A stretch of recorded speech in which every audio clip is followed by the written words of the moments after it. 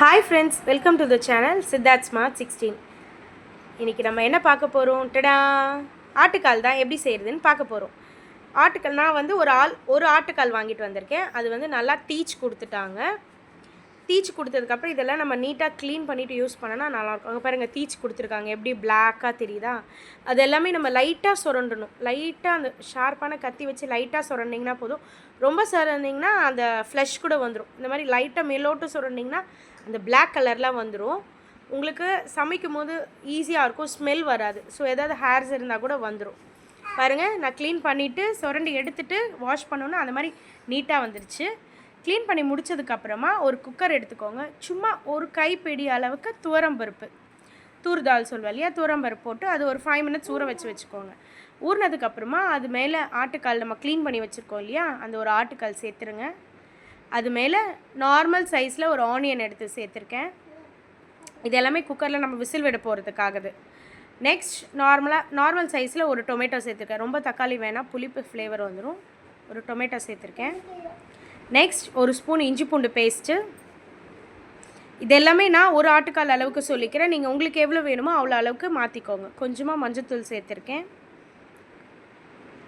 அப்புறமா வந்து இதுக்கு வீட்டில் அரைச்ச குழம்பு மிளகாத்தூளும் வெறும் மிளகாத்தூள் ரெட் சில்லி பவுடர் இருக்குது இல்லையா, அது கொஞ்சம் சேர்த்துருக்கேன். கொஞ்சம் நீங்கள் கலருக்கு வேணும்னா காஷ்மீரி மிளகாத்தூளும் சேர்த்துக்கலாம். அப்புறமா கொஞ்சமாக வீட்டில் அரைச்ச மிளகாத்தூள், மட்டன் மசாலா, நான் இது கடையில் தான் வாங்கினேன். மட்டன் மசாலா, கொஞ்சமாக கரம் மசாலா, இது எல்லாமே சேர்த்துட்டு தேவையான அளவு உப்பு சேர்த்துக்கோங்க.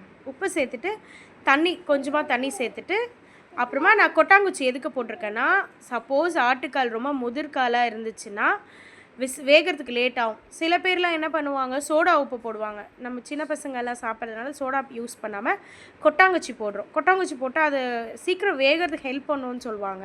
ஸோ அதனால தான் போட்டு ஒரு 10 விசில் வச்சு எடுத்துக்கலாம். நெக்ஸ்ட் அதுக்கு பேஸ்ட் அரைச்சி வச்சுக்கலாம். மிக்ஸி ஜாரில் நார்மல் சைஸ் ஒரு வெங்காயம், ஒரு தக்காளி, கொஞ்சமாக ஒரு 1/4 மூடி அளவு ஃப்ரெஷ்ஷாக உடைச்ச தேங்காய், கொஞ்சமாக சோம்பு, அப்புறமா கொஞ்சமாக கசகசா, ஒரு 4 முந்திரி, இதெல்லாம் வந்து கிரேவி வந்து கொஞ்சம் திக்னஸ் கொடுக்கும். நம்ம துவரம்பருப்பு போட்டது கூட கிரேவி திக்னஸ்க்காக தான், ஃப்ளேவருக்காக தான். மிக்சியில் அரைச்சிட்டு இன்னும் கொஞ்சம் தண்ணி சேர்த்து இன்னும் நல்லா நைஸ் பேஸ்ட்டாக அரைச்சி எடுத்துக்கலாம். அப்போ தான் நம்மளுக்கு வந்து அது திக்காகவும் இருக்கும், நமக்கு சாப்பிடும்போது வாய் டிஸ்டர்பன்ஸ் இல்லாமல் இருக்கும்.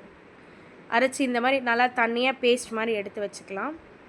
அடுத்து நம்ம குக்கரில் ஒரு 10 விசில் விட்டு எடுத்தேன் இல்லையா, நீங்கள் அது நார்மல் கால் மாதிரி தான் தெரிஞ்சிச்சுன்னா ஒரு 10 விசில் போதும். இல்லை கொஞ்சம் முதிர்காலாக இருந்தால் நீங்கள் எக்ஸ்ட்ரா வேணும்னா விட்டுக்கலாம். இல்லையா இப்போ எடுத்துகிட்டு தாளிச்சது கூட விட்டுக்கலாம். பாருங்கள், நான் வெந்து எடுத்ததுக்கப்புறமா நான் அந்த கொட்டாங்குச்சி எடுத்து வெளியில் போட்டுடுறேன். இப்போ எல்லாமே கொஞ்சம் பருப்பெல்லாம் அப்படியே இருக்கு இல்லையா, அது மெசஞ்சு இந்த மாதிரி லைட்டாக கலக்கி விட்டிங்கன்னா மெசஞ்சிரும். நார்மல் ஒரு பேன் வச்சுக்கிட்டு பக்கத்தில் கொஞ்சமாக தேவையான அளவு எண்ணெய் ஊற்றிட்டு, கொஞ்சம் சோம்பு, கொஞ்சமாக சீரகம் சேர்த்துருக்கேன். அப்புறமா கொஞ்சமாக கருவேப்பிலை சேர்த்துருக்கேன். சேர்த்துட்டு உங்கள்கிட்ட புதினா இருந்தால் கூட புதினா ஆட் பண்ணிக்கலாம், சூப்பராக இருக்கும். அடுத்து நம்ம அரைச்சி வச்சோம் இல்லையா மிக்ஸி ஜாரில், அந்த பேஸ்ட்டு கூட ஆட் பண்ணிக்கிட்டு மிக்ஸி ஜார் கழுவி ஊற்றினா கொஞ்சம் தண்ணி இருக்கும், அந்த தண்ணியும் ஆட் பண்ணிக்கலாம். சேர்த்துட்டு நம்ம இதில் உப்பு காரம் எதுவுமே போட வேணாம், ஏன்னா ஆல்ரெடி அதிலே போட்டிருக்கோம். அப்புறம் இதிலே போட்டால் ஹெவியாயிடும். ஜஸ்ட் அது கொதிக்கட்டும். கொதி வந்ததுக்கப்புறமா இது ப்ரெஷர் போனது இல்லையா, அதில் எடுத்து ஊற்றிட்டு மிக்ஸ் பண்ணிங்கன்னா இந்த அளவு வந்துடும். உங்களுக்கு இந்த டைமில் நீங்கள் உப்பு காரம் எல்லாம் செக் பண்ணிக்கோங்க. கொஞ்சமாக கொதி வரட்டும், அரைச்சி ஊற்றிருக்கோம் இல்லையா பேஸ்ட் எல்லாம், அதனால் சிம்லேயே வச்சுக்கோங்க. உப்பு காரம்லாம் செக் பண்ணிவிட்டு ஓகேனா கொத்தமல்லி தூவிட்டு இறக்கிடலாம். இல்லை உங்களுக்கு இன்னும் வேகணும் அப்படின்னு ஃபீல் ஆச்சுன்னா நீங்கள் அகெயின் க்ளோஸ் பண்ணிவிட்டு விசில் விட்டுக்கலாம். எவ்வளோ விசில் வேணுமோ அதுக்கேற்ற மாதிரி விட்டுக்கோங்க. அவ்வளோதான், சூப்பராக ரெடி ஆகிடுச்சு.